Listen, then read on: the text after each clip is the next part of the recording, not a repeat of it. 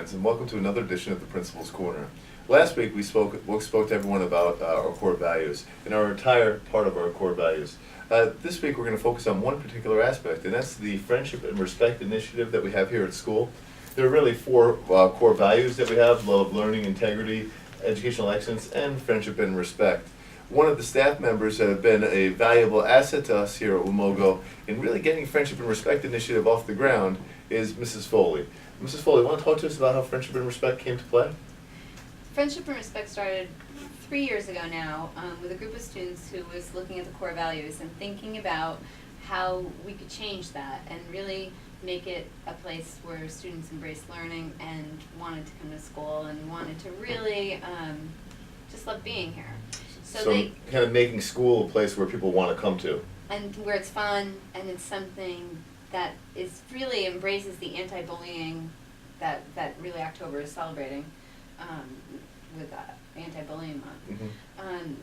So they thought the way to do that was through friendship and respect. If we had those two things, everything else would fall into place. Mm-hmm. So they came up with the slogan, and from there we formed a committee of peer leadership, and they started planning different ways to get that integrated into everything that we do.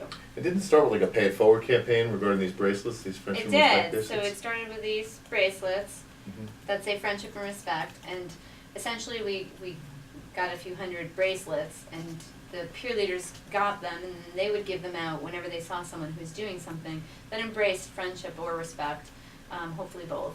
And they would give it to people that they saw, and then those people would give them away to people that they saw doing it, and it just would continue to go out to the whole population, really. And really driven by the kids and pushed forward by the kids. Really, adults had very little to do with that. Yes. Well, what other activities? I know last year we really expanded our activities here at Wamogo. You want to talk about that a little bit? Last year we changed over to the FAR video competition. So instead of having pep rallies, now we have Friendship and Respect video competitions, which takes the place of our pep rallies.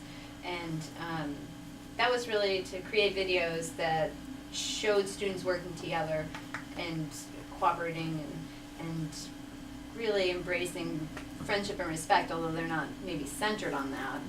Well, certainly I know there's a lip sync aspect to it and all that, but it really is about that collaborative spirit that you've talked about where students can come together. They may not necessarily see each other or know each other outside of school, but during the course of the day for these videos, everyone comes together to create a product.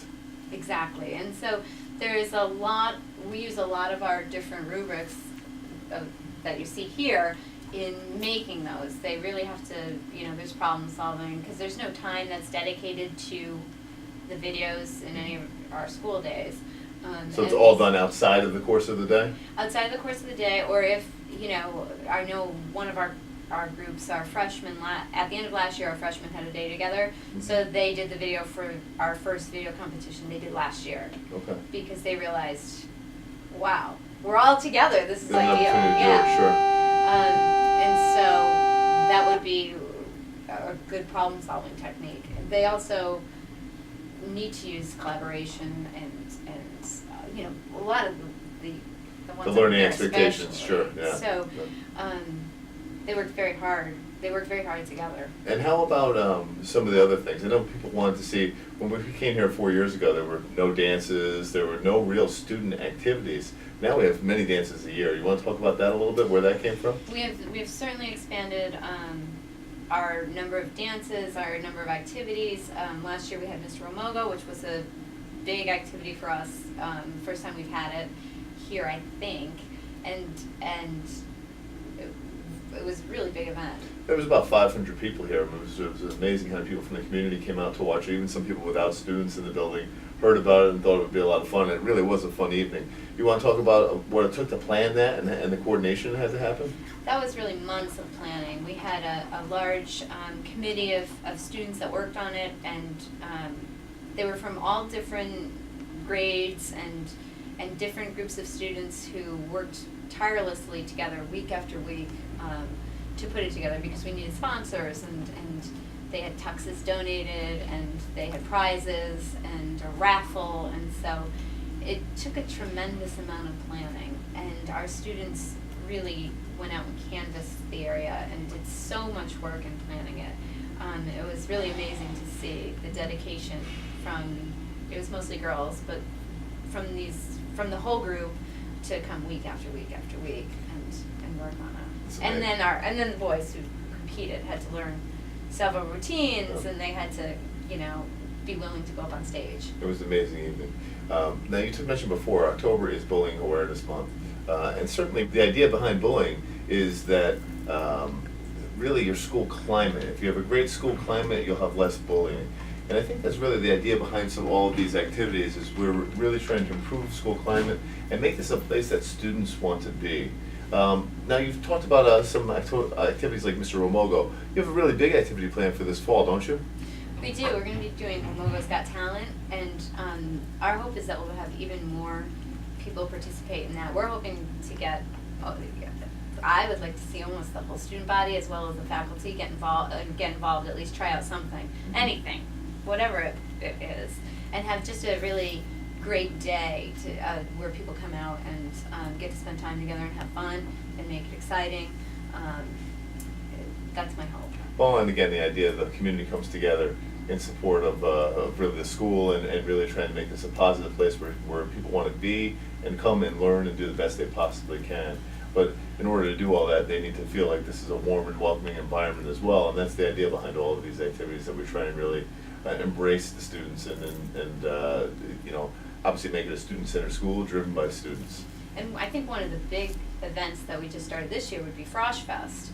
That was a big event for us because it really is taking our freshmen, which are from several, 10 different schools. Yep, it's really 10 different towns. There are 3 hometowns and 7 other towns as well. I know for years I've been kind of saying, like, how do we acclimate all these students into this school and make them feel comfortable? And Frosh Fest was a great way to do that. You want to speak to that a little bit? That's really, when you think about school climate and anti-bullying, I think that Frosh Fest was one of the greatest responses to that, because it really sets up a climate of working together, having fun, acceptance of everyone, and it puts forth our best foot, essentially. Before you come into the building, you know that what we're doing here is being nice to one another, showing friendship and respect, and we're here to have fun, and you can do that in a way that is really positive. Yeah. Well, and just the idea that someone from Harrington, say, can come here and get to know people before they start school. I mean, and I think about what pressure it must have been on students to come from 7 other towns outside of our hometowns to be able to come here, start school, not really know anyone besides maybe the people in their town, and then get used to school. Now you had 4 days to really become friends with other people, and you could start school in a more welcoming and stable place. It also gave them mentors, because they're group leaders. We had, I think, 24 juniors and seniors who came to be the group leaders, and it was really student-run in that they ran all the activities. So that gave the underclassmen someone they could go to if they had any questions. They could ask, whatever they wanted, and gave them friendly faces in the building the first day. So it really it really met a lot of different needs, I think, for our freshmen to feel really comfortable and confident coming in the first day. Well, very good. Well, welcome to another edition of the Principal's Corner, and I want to thank you for spending some time with us. Take care.